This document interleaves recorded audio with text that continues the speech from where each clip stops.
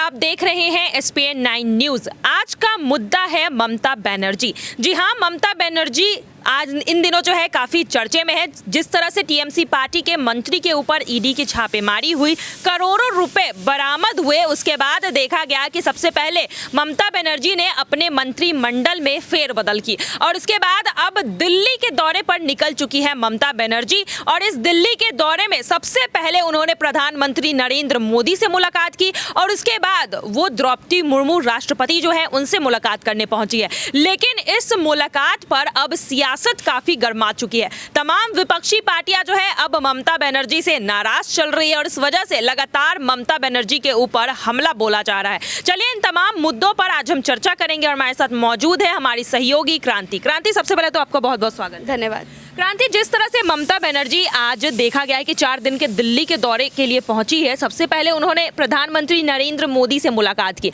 लेकिन इस मुलाकात से जो है विपक्ष खुश नहीं है। इस मुलाकात को मैच फिक्सिंग का नाम बताया जा रहा है। विपक्ष लगातार बोल रही कि ममता बनर्जी आज डर चुकी है और इस वजह से जो है इस तरह की मुलाकात करने के लिए वो दिल्ली का दौरा लगा रही है ताकि बीजेपी उनके खिलाफ कोई कार्रवाई न करे। कितने हद तक विपक्ष का ये कहना सही होगा कि आज ममता बनर्जी जो है मैच फिक्सिंग कर रही है प्रधानमंत्री नरेंद्र मोदी और एनडीए पार्टी के साथ मिलकर? देखिए, यहाँ पर अगर हम इस पूरे मामले पर नज़र डालें तो यहाँ पर साफ जाहिर है कि इस पूरे मामले में ममता बनर्जी अब कोई ना कोई बड़ा खेला तो कर ही रही है, क्योंकि ममता बनर्जी पश्चिम बंगाल की कमान जो है कितने सालों से संभालती हुई आ रही है, हम सभी के सामने है। और ऐसा नहीं है कि उनके पास कोई रणनीति नहीं है और उसी रणनीति के तहत जो है वो पीएम मोदी से मिलना शुरू कर चुके हैं, द्रौपदी मुर्मू से, क्योंकि जब समर्थन भी नहीं कर रही थी लेकिन बयानबाजी के द्वारा भी देखा गया था राष्ट्रपति चुनाव में कि यहाँ पर ममता बनर्जी जो है वो एनडीए का ही समर्थन करती हुई नजर आई थी। और जब विपक्ष ने बिना उनसे पूछे उपराष्ट्रपति चुनाव में जो है चेहरा उतार दिया, तब वो थोड़ी और कट गई थी विपक्ष से।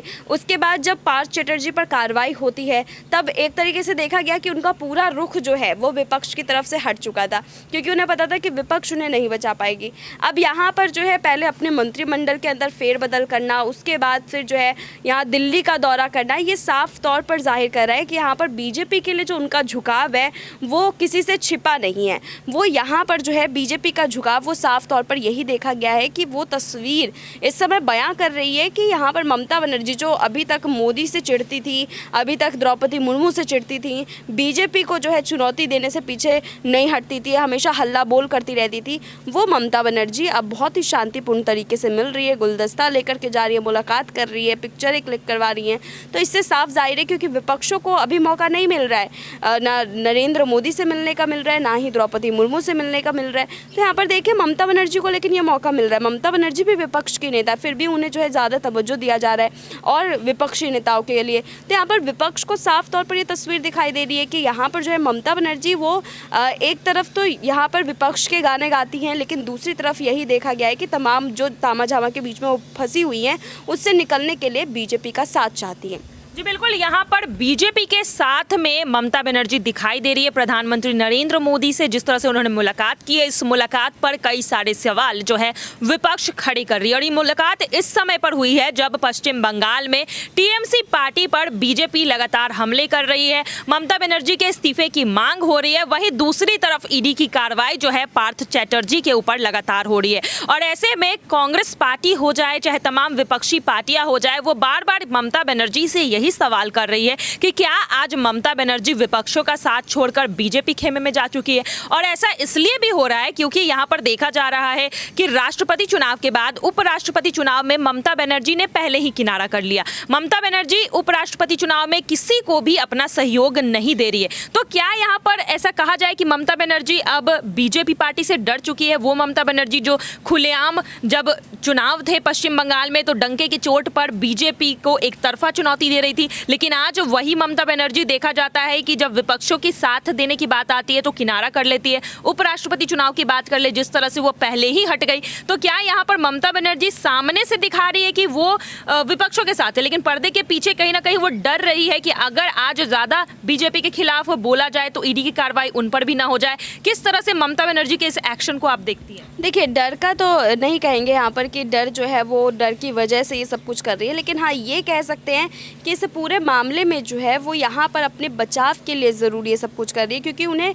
जैसे यहाँ पर देखा गया है कि तमाम बड़े नेता जो बीजेपी में शामिल होते हैं या फिर बाद में बीजेपी का नाम लेते हैं कि हमें ऑफ़र आया था, तो कहीं ना कहीं वही वाला ऑफ़र जो है यहाँ पर ममता बनर्जी के पास भी जाता हुआ दिखाई दे रहा है कि ममता बनर्जी को एक बढ़िया सा ऑफ़र मिल चुका है कि पश्चिम बंगाल में जो उनकी राजनीति है, हो सकता है कि ये जो झुकाव है ये आगे चल करके पश्चिम बंगाल में बीजेपी को भी अपने साथ लेकर के चल सकती हैं, क्योंकि बीजेपी के लिए पश्चिम बंगाल का चुनाव जीतना बेहद ही मुश्किल भी रहा है, लेकिन बेहद ही ज़्यादा महत्वपूर्ण रहा है। अब वहाँ का चुनाव जीतना, वहाँ के समीकरण को देखना है, तो उसके लिए जो है पश्चिम बंगाल पर बीजेपी की अपनी पकड़ जो है वो बेहद ज़रूरी है और उसके लिए वो कोशिशें भी करती हुई नज़र आ रही है। और दूसरी तरफ ममता बनर्जी की बात करें तो ममता बनर्जी के लिए पश्चिम बंगाल बेहद महत्वपूर्ण है। अब ये दोनों के बीच में जो तकरार की नीति थी वो हमेशा से देखने को मिलती थी, क्योंकि दोनों को ही पश्चिम बंगाल की जो सत्ता है वो चाहिए थी, लेकिन यहाँ पर सत्ता जो है इस बार भी ममता बनर्जी के खेमे में आ गया, तो कहीं ना कहीं उससे बीजेपी जो है वो बौखलाई हुई नजर आई और बीजेपी की कार्रवाई जो है वो साफ तौर पर सभी को देखने को मिली, हमें अलग से कहने की ज़रूरत नहीं है।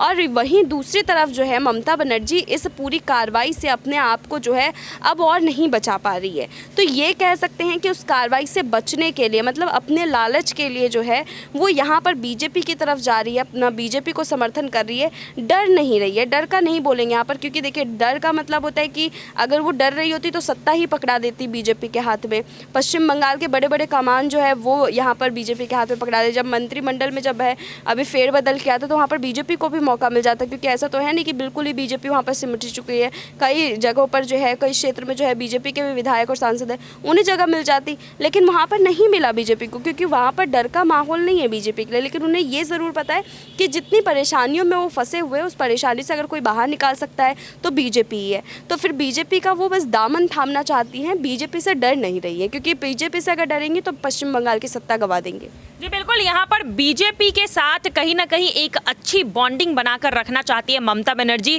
और जिस तरह से 4 दिन का दिल्ली दौरा यहाँ पर ममता बनर्जी ने शुरू किया है, इस दिल्ली दौरे पर जो है विपक्ष नाराज है, विपक्ष जो है सवाल जरूर खड़े कर रही है, लेकिन ममता बनर्जी अपना काम करते हुए नजर आ रही है। लेकिन इसी बीच कांग्रेस पार्टी ने एक अहम सवाल पूछ दिया है। कांग्रेस पार्टी ने यहाँ पर ममता बनर्जी पर हमला करते हुए कहा कि उनके भतीजे जो है अभिषेक बनर्जी, उनके ऊपर भी कोयला स्कैम के अंदर नाम आया था, लेकिन महज ईडी उन्हें 2-3 बार सवाल जवाब कर छोड़ देती है। लेकिन आज राहुल गांधी, सोनिया गांधी को ईडी दफ्तर के चक्कर बार बार लगाने पड़ रहे हैं नेशनल हेराल्ड केस के मामले में। तो यहाँ पर देखा जा रहा है कि कांग्रेस पार्टी जो है ममता बनर्जी की जो नजदीकियां है एनडीए पार्टी से, प्रधानमंत्री नरेंद्र मोदी से, ये हजम नहीं हो रही है, और इस वजह से बार बार सवाल जो है अब ममता बनर्जी और उनकी पार्टी पर उठाए जा रहे हैं कि क्या आज ममता बनर्जी विपक्षों के साथ धोखेबाजी कर एनडीए की तरफ अपना रुख कर रही है। आपके इस पर क्या राय है, जरूर हमें कमेंट बॉक्स में लिखकर बताइएगा। फिलहाल आज के लिए बस इतना ही। आगे की खबरों के लिए देखते रहिए SPN9 न्यूज़। धन्यवाद।